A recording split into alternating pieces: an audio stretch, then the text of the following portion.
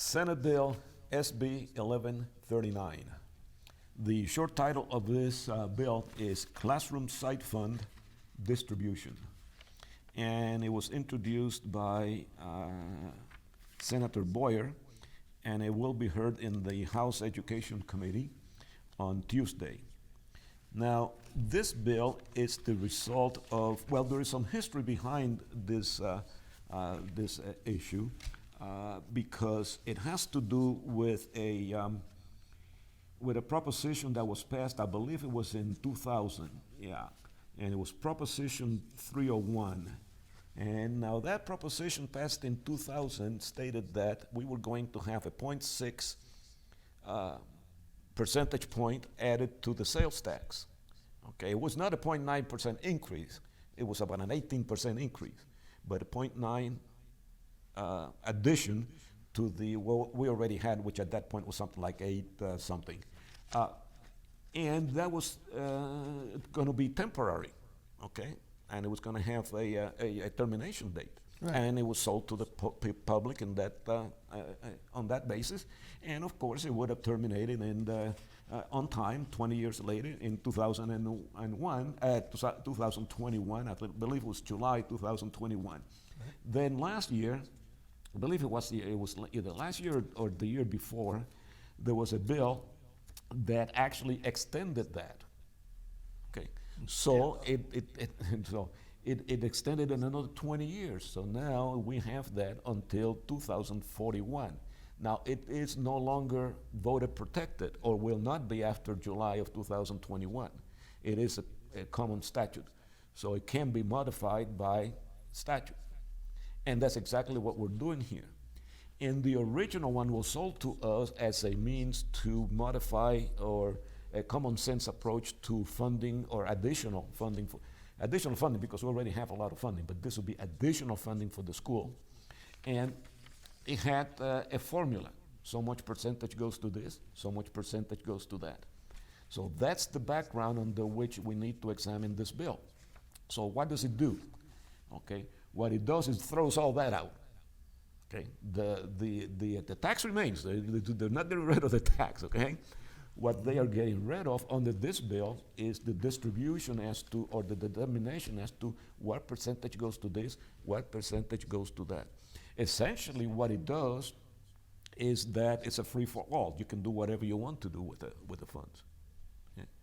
So we went from temporary to more or less permanent. And we went from a strict voter-approved distribution of the proceeds to now a free-for-all. And so that is something that doesn't sit well with me. Okay, I can understand that. And if we're going to have a voter protected, or if we're going to have an initiative or that becomes effective, then if we're going to do anything with it, then we should go back to the people to do it. I'm not saying that anything was illegal here. It seems like everything is legal, but it doesn't make any sense to me at all.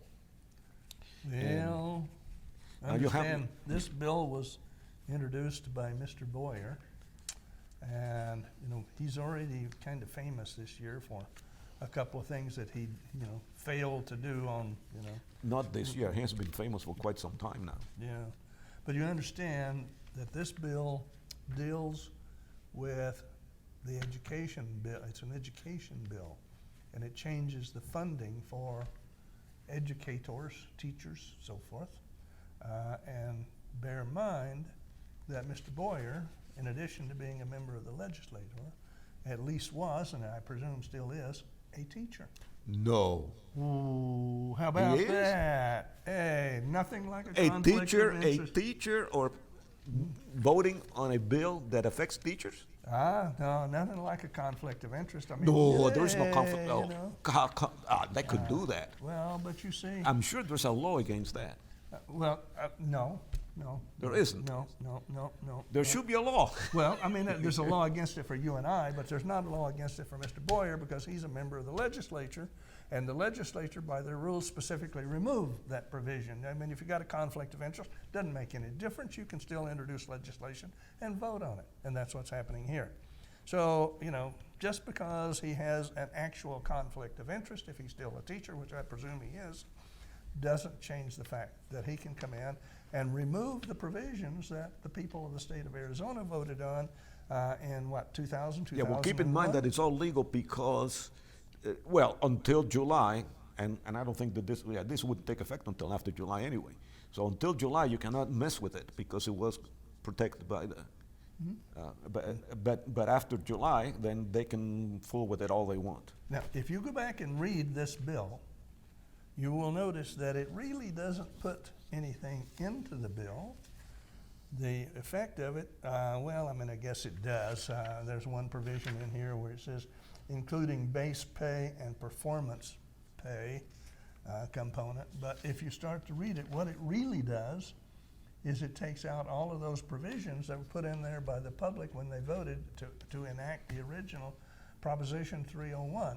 And under that proposition, a certain percentage of the money had to go into the classroom. And Mr. Boyer has basically removed that and said, we can use all of that money just to pay teachers, all right? And we can give them, you know, performance pay, well, just regular salary. We can give them bonuses because of they're such good teachers. Understand, you know, Arizona still has 30 to 40% of the students graduating from high school cannot perform at grade level in language and math and reading, all right? But the teachers get bonus and performance pay.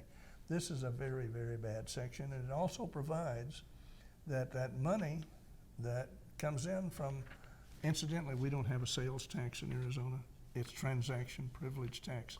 And there is a difference between a sales tax and a transaction privilege tax. Well, I tell you, my checkbook can't tell the difference. I know, it can't, but there are certain people that a transaction privilege tax applies to that a sales tax don't.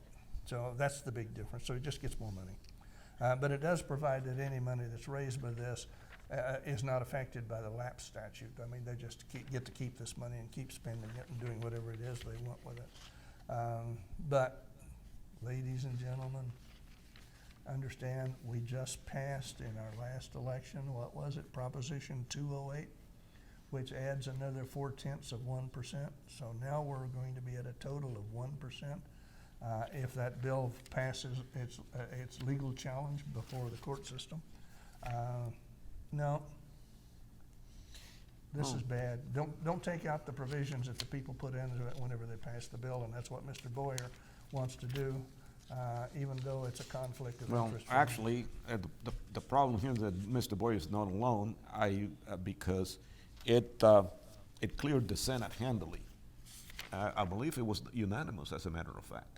Oh, well, it very well may have been, but Yeah, I mean, all that's so- telling you is that basically the members of the Senate are not reading these bills. I mean, Either that or they're not perfectly, scrutinizing these bills. either that or they're perfectly okay with what he does. Well, that could be too, you know. And that is not a good sign, folks. No. That's not a good sign.